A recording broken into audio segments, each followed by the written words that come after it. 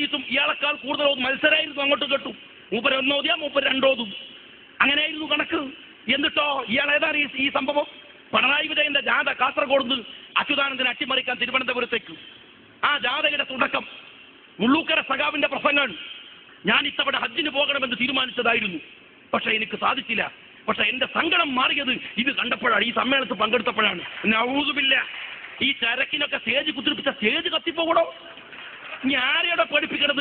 ഈ ജാതി ഈ വണ്ണത്തിലല്ല, അതിലും വണ്ണത്തിൽ തലയിൽ കെട്ടുകെട്ടി വന്ന് ഈ സമുദായത്തെ തകർക്കാൻ വന്ന നൂറുകണക്കിന് ആളുകളെ കണ്ടിട്ടാണ് 60 കൊല്ലക്കാലം ഇന്ത്യൻ യൂണിയൻ മുസ്ലിം ലീഗ് ഇവിടെ പിടിച്ചു നിൽക്കുന്നത്. ഈ ജാതി കപട വേഷധാരികളെ, സമുദായത്തിന് അപമാനമുണ്ടാക്കാൻ വരുന്നവരെ, സമുദായത്തെ തെറ്റായ വഴികളിലേക്ക് നയിക്കുന്നവരെ. എന്നിട്ട് പറയാണ് മുസ്ലിയാക്കന്മാർക്ക് ക്ഷേമനിധി ഏർപ്പാട് ചെയ്ത മഹാപ്രതിഭകൾ ഇല്ലേ, മഹാപ്രതിഭകൾ. ഞാൻ ചോദിക്കട്ടെ, ഈ സമിതിയുടെ അടിസ്ഥാനപരമായി സമിതി മുസ്ലിങ്ങളോട് പറയുന്ന ചില കാര്യങ്ങളുണ്ട്. നിങ്ങളത് വായിച്ചിരുന്നെങ്കിൽ നിങ്ങൾ പറയില്ലായിരുന്നു, വേദിയിൽ അങ്ങനെ പ്രസംഗിക്കില്ലായിരുന്നു. എന്താ പറഞ്ഞത്? 6 ലക്ഷം കോടി വഖഫ് സ്വത്ത് ഇന്ത്യയുടെ മണ്ണിൽ അന്യാധീനപ്പെട്ട് കിടക്കുന്നു. അതിൽ 3 ലക്ഷത്തോളം വരുന്ന 3 ലക്ഷം കോടിയോളം പശ്ചിമ ബംഗാളിൽ മാത്രം. അയ്യോ സഖാവേ. എന്നിട്ട് പറയുന്നു ഇതിന്റെ റേറ്റ് പേപ്പർ വാല്യൂ എന്നാണ്. എന്താ ഈ പേപ്പർ വാല്യൂ? ഇവിടുത്തെ KSRTC ബസ് ഓടി തളർന്നാൽ നമ്മളത് വിൽക്കാൻ തീരുമാനിക്കും, ഗവൺമെന്റ് വിൽക്കാൻ തീരുമാനിക്കുമ്പോൾ KSRTC ബസിന്റെ വില 1 റുപ്യാണ്, 1 രൂപ, 100 പൈസ എന്ന് പറയുന്ന 1 രൂപ. ഈ 1 രൂപയാണ് KSRTC ബസിന്റെ വില എന്ന് വെച്ചാൽ അതാണ് അതിന്റെ റേറ്റ്. ആടുന്ന തുടങ്ങുക, പിന്നെ 10 വിളിക്കും, 100 വിളിക്കും. 16 വർഷമായി കേരളത്തിലെ KSRTC ബസ്സുകൾ ഏറ്റവും കുറഞ്ഞ വിലക്ക് ലേലം ചെയ്തു പോയത് 2,60,000. ഇന്നത്തെ പേപ്പർ വാല്യൂ 1 രൂപ എന്ന് പറഞ്ഞാൽ അതിന്റെ മിനിമം വാല്യൂ എന്ന് പറയുന്നത് 2,60,000 അതിന്റെ മുകളിലൊക്കെ പോയിട്ടുണ്ട്, 4 വരെ പോയിട്ടുണ്ട്. പക്ഷേ നമുക്ക് മിനിമം കൂട്ടാം 2,60,000. 6 ലക്ഷം കോടി രൂപയുടെ പേപ്പർ വാല്യൂ വെച്ച് കൂട്ടിയാൽ, ഈ മിനിമം കോസ്റ്റ് വെച്ച് കൂട്ടിയാൽ എത്ര കോടി വരും സഖാവേ? ഈ ആയുസ്സിൽ എണ്ണി തീർക്കാനാവാത്ത സംഖ്യ. അത് ആയുസ്സിൽ എണ്ണി തീർക്കാനാവാത്ത അത്ര സെക്കൻഡുകൾ നമ്മളുടെ ജീവിതത്തിൽ ഉണ്ടാവില്ല. അത്ര വലിയ സംഖ്യ. ഇന്ത്യയിലെ മുസ്ലിങ്ങളെ രക്ഷിക്കാൻ ഇവിടുത്തെ ഒരു ഗവൺമെന്റിന് പണം വേണ്ട. ഗുജറാത്തിലെ, ഉത്തർപ്രദേശിലെ, പശ്ചിമ ബംഗാളിലെ, ഡൽഹിയിലെ, മഹാരാഷ്ട്രയിലെ അവിടുത്തെ വഖഫ് സ്വത്തുകൾ അവർക്ക് തിരിച്ചു കൊടുത്താൽ മതി. അതിന്റെ വരുമാനം മാത്രം മതി. ഗവൺമെന്റിന്റെ ഖജനാവിലുള്ളതിനേക്കാൾ, ആ സ്റ്റേറ്റുകളിലെ ഖജനാവുകളിലുള്ളതിനേക്കാൾ പണം അവിടുത്തെ വഖഫ് സ്വത്തുകളിൽ ഉണ്ട്. പറയുന്നത് സച്ചാർ കമ്മീഷൻ റിപ്പോർട്ട്. ഇതിൽ ഏറ്റവും കൂടുതൽ വഖഫ് സ്വത്തുകൾ അന്യാധീനപ്പെട്ട് കിടക്കുന്നത് ബംഗാളിൽ. ഏറ്റവും കുറവോ മഹാദ്രോഹികളായ ലീഗുകാരുള്ള കേരളത്തിൽ. അവിടെയാണ് ഏറ്റവും കുറവ്. ഇവിടെ ഏറ്റവും കൂടുതൽ നിന്റെ സ്വർഗഭൂമിയായ ബംഗാളിൽ. ഈ വഖഫ് സ്വത്ത് അവിടുത്തെ മുസ്ലിങ്ങൾക്ക് തിരിച്ചു കൊടുക്കാവുന്ന എന്തെങ്കിലും ഒരു ഏർപ്പാട് അവിടെ പോയി ഒരു സെമിനാർ നടത്തി നിങ്ങൾ പറയോ? ഇന്ത്യയിൽ ഏറ്റവും കൂടുതൽ മുസ്ലിങ്ങൾ സേഫാണെന്നും സാമൂഹ്യവും സാമ്പത്തികവും രാഷ്ട്രീയവും മതപരവുമായി അവർ മികച്ചു നിൽക്കുന്ന സ്റ്റേറ്റ് എന്ന് സച്ചാർ കമ്മീഷൻ റിപ്പോർട്ട് സർട്ടിഫിക്കറ്റ് നൽകിയ ഇവിടെ തന്നെ വേണോ ഈ മാമാങ്കം? സച്ചാർ കമ്മീഷൻ റിപ്പോർട്ടിന്റെ വെളിച്ചത്തിൽ ഏറ്റവും കൂടുതൽ മുസ്ലിങ്ങൾ മുൻപന്തിയിൽ നിൽക്കുന്ന മലബാറിൽ തന്നെ വേണോ ഈ മാമാങ്കം? കൊല്ലത്തെങ്കിലും മിനിമം വെച്ചൂടെ? തിരുവനന്തപുരത്തെങ്കിലും മിനിമം വെച്ചൂടെ?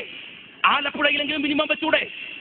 സച്ചാർ കമ്മീഷൻ റിപ്പോർട്ട് ഏറ്റവും നന്നായി മുസ്ലിങ്ങൾ ജീവിക്കുന്നു എന്ന് പറയുന്ന അവരുടെ പ്രദേശം മലബാറാണ്, മലപ്പുറമാണ്, കോഴിക്കോടാണ്. അവിടെ തന്നെ വേണോ നിങ്ങൾക്ക് ഇത് നടത്താൻ? അപ്പൊ എന്താണ് ഇതിന്റെ ആത്മാർത്ഥത എന്ന് നിങ്ങൾ പരിശോധിക്കണം. സത്താർ സമിതിയുടെ മലയാളത്തിൽ ഇറങ്ങിയ 2ാമത്തെ പ്രസിദ്ധീകരണത്തിൽ അതിന്റെ പരിഭാഷയിൽ അതിനോട് ചില പഠനങ്ങൾ കൂടെ ആഡ് ചെയ്തിട്ടുണ്ട് പ്രസാധകർ. അതിലൊന്ന് മില്ലി ഗസറ്റ് നടത്തിയിരുന്ന സച്ചാർ സമിതിയുടെ വെളിച്ചത്തിൽ നടത്തിയ അന്വേഷണമാണ്. അതിൽ കൃത്യമായി പറയുന്നത് ബംഗാളിൽ 79% മുസ്ലിങ്ങൾ BPL ആണ്. BPL ഇവിടുത്തെ, ഞാൻ പലപ്പോഴും പറയാറുണ്ട്, ഇവിടുത്തെ സഖാവിനോട് എന്താ സഖാവേ BPL ചോദിച്ചാൽ അവർ പറയും ഇപ്പം വഡാഫോണില്ലേ, അത് നേരത്തെ ഹച്ചായിരുന്നു, അതിനു മുമ്പ് BPL ആയിരുന്നു. പക്ഷേ ഈ BPL അല്ല, ബിലോ പോവർട്ടി ലൈൻ, ദാരിദ്ര്യരേഖയുടെ താഴെ. ദാരിദ്ര്യരേഖയുടെ താഴെ 79% മുസ്ലിങ്ങൾ ഒരു നേരത്തെ കഞ്ഞു കുടിക്കാൻ വകയില്ലാത്തവർ പശ്ചിമ ബംഗാളിലുണ്ട്. കഷ്ടപ്പെടുന്നവർ, ബുദ്ധിമുട്ടുന്നവർ. ബംഗാളിനെ കുറിച്ച് ഒരു ചിത്രം എത്രയോ വർഷം മുമ്പ് മലയാളത്തിലെ ഒരു പ്രസിദ്ധീകരണത്തിൽ ഉണ്ടായിരുന്നു. മലയാളത്തിലെ ഒരു ജേർണലിസ്റ്റ് 86 വയസ്സുള്ള അബ്ദുറഹിമാൻ സാഹിബ് എന്ന് പറയുന്ന ഒരു മനുഷ്യനെ കൽക്കത്ത നഗരത്തിൽ വെച്ച് ഇന്റർവ്യൂ ചെയ്യുകയാണ്. ഇയാളോട് പോയിട്ട് ചോദിക്കുകയാണ്, അദ്ദേഹം ഈ മനുഷ്യൻ വലിച്ചു കൊണ്ടുപോകുന്ന റിക്ഷകളുടെ അടുത്തങ്ങനെ ഇരിക്കുകയാണ്. ആ റിക്ഷകൾ ബുക്ക് ചെയ്ത് കൊടുക്കണ പോലെ പോയി റിക്ഷക്കാരെ ക്യൂ നിർത്തി ഇങ്ങനെ പറഞ്ഞേക്കാണ്. ഒരു റിക്ഷ പോയാൽ 86 വയസ്സുള്ള അബ്ദുറഹിമാൻ സാഹിബിന് 10 പൈസ കിട്ടും. 8 കൊല്ലം മുമ്പുള്ള കണക്കാണ്. 10 പൈസ കിട്ടും.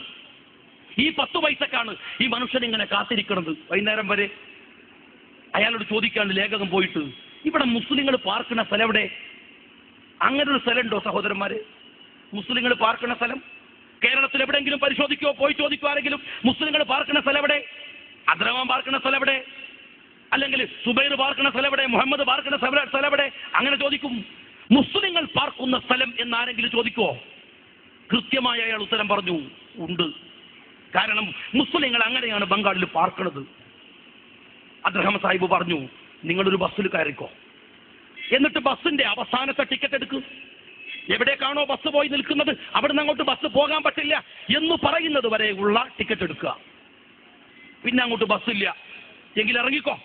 ഒരുപാട് ദൂരം നടന്നു പോയാൽ നിങ്ങൾക്ക് മുസ്ലിങ്ങൾ പാർക്കുന്ന ഇടം കാണാം. മുസ്ലിങ്ങൾ പാർക്കുന്ന സ്ഥലം കണ്ടുപിടിക്കണോ? എളുപ്പമാണ്. ഒരു ടാക്സി പിടിക്കും, എന്നിട്ട് പോ. ടാക്സി എന്നോ ഈ കാറിന്റെ ഈ വാഹനം സഞ്ചരിക്കാവുന്ന ഗതാഗത യോഗ്യമായ അവസ്ഥ തീരുന്നത് എവിടെ? പരിശോധിക്കൂ. അവിടുന്ന് ഒരുപാട് കിലോമീറ്റർ അപ്പുറത്ത് പോയാൽ നിങ്ങൾക്ക് മുസ്ലിങ്ങൾ പാർക്കുന്ന സ്ഥലം കാണാം. മുസ്ലിങ്ങൾ പാർക്കുന്ന ഇടം കാണണം നിങ്ങൾക്ക്. എങ്കിൽ ഈ വൈദ്യുത ദീപങ്ങൾ ഉണ്ടല്ലോ, ഈ ഇലക്ട്രിസിറ്റി, ഈ കറണ്ട് എവിടെയാണോ അവസാനിക്കുന്നത് നിങ്ങൾ പോയി നോക്ക്. കാലുകൾ ഇങ്ങനെ മാറി മാറി നടന്നു നോക്ക്.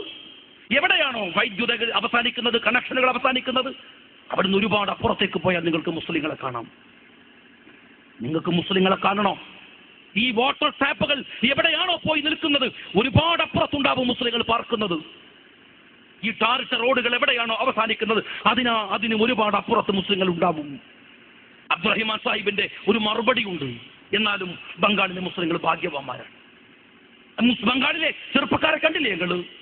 വണ്ടി വലിക്കുന്ന മനുഷ്യനെ വലിച്ചു കൊണ്ടുപോകുന്ന റിക്ഷയുടെ ഡ്രൈവർമാരെ കാറ്റിട്ട് പറയാൻ കണ്ടില്ലേ? ഇവർ ഭാഗ്യവാന്മാരായ ചെറുപ്പക്കാർ. ഇവർക്ക് വാർദ്ധക്യ സഹജമായി ഒരിക്കലും അവരുടെ തലമുടി നരക്കില്ല. അവർക്ക് അവരുടെ കവിളുകൾ തൊലികൾ തുളുങ്ങില്ല. അവർക്കൊരിക്കലും വാർദ്ധക്യ സഹജമായി അവരുടെ കണ്ണിന്റെ കാഴ്ച പോവില്ല. അവരുടെ പല്ല് കൊഴിയില്ല. അവർക്കൊരു കുഴപ്പമുണ്ടാവില്ല. എന്തെന്നാൽ 10-35 വയസ്സാവുമ്പോഴേക്കും അവർ ചോര തുപ്പി മരിച്ചു പോകും. അബ്ദുറഹിമാൻ സാഹിബ് 8 വർഷം മുമ്പ് കേരളത്തിലെ ഒരു പത്രപ്രവർത്തകരോട് നടത്തിയ അഭിമുഖമാണിത്. നന്ദിഗ്രാമിലേക്ക് മുസ്ലിം ലീഗിന്റെ പ്രതിനിധി സംഘത്തിന്റെ കൂടെ പോകുമ്പോൾ ഈ ഒരു ചിത്രമുണ്ടായിരുന്നു ഞങ്ങളുടെ മനസ്സിൽ. കൽക്കത്ത എയർപോർട്ടിൽ വന്നിറങ്ങിയപ്പോൾ, ഡൽഹിയിൽ നിന്ന് കൽക്കത്തയിൽ വന്നിറങ്ങി, ഞാൻ ഒരു വേള അന്തിച്ചു പോയി. ഒരുപക്ഷെ ഇന്ത്യയിലെ ഏറ്റവും നല്ല എയർപോർട്ടുകളിൽ ഒന്നാണ് കൽക്കത്ത എയർപോർട്ട്. ഏറ്റവും നല്ല എയർപോർട്ടുകളിൽ ഒന്ന്, ഏറ്റവും മോഡേൺ ആയിട്ടുള്ള, ഏറ്റവും ഗംഭീരമായിട്ടുള്ള ഒരു എയർപോർട്ട്. ഞാൻ കരുതി ഈ കൽക്കത്തയെ കുറിച്ച്, ബംഗാളിനെ കുറിച്ച് എഴുതിയതും വായിച്ചതും ഒക്കെ തെറ്റാണോ? സൂചനകളാണല്ലോ ലഭിക്കുന്നത്. അങ്ങനെ ഇറങ്ങി കൽക്കത്ത എയർപോർട്ടിൽ നിന്ന് ഇറങ്ങി ഒരു 20 മീറ്റർ പോയിട്ടില്ല, അപ്പോഴേക്കും തുടങ്ങി ദുസ്സഹമായ ചീഞ്ഞുനാറ്റം. അപ്പോഴേക്കും റോഡുകളിലെ കുണ്ടും കുടിയും പ്രകടമായി. രാത്രിയിലാണ് ഞങ്ങൾ കൽക്കത്തയിൽ ഇറങ്ങുന്നത്. ഞാൻ ചോദിച്ചു, എന്താ ഇതിങ്ങനെ?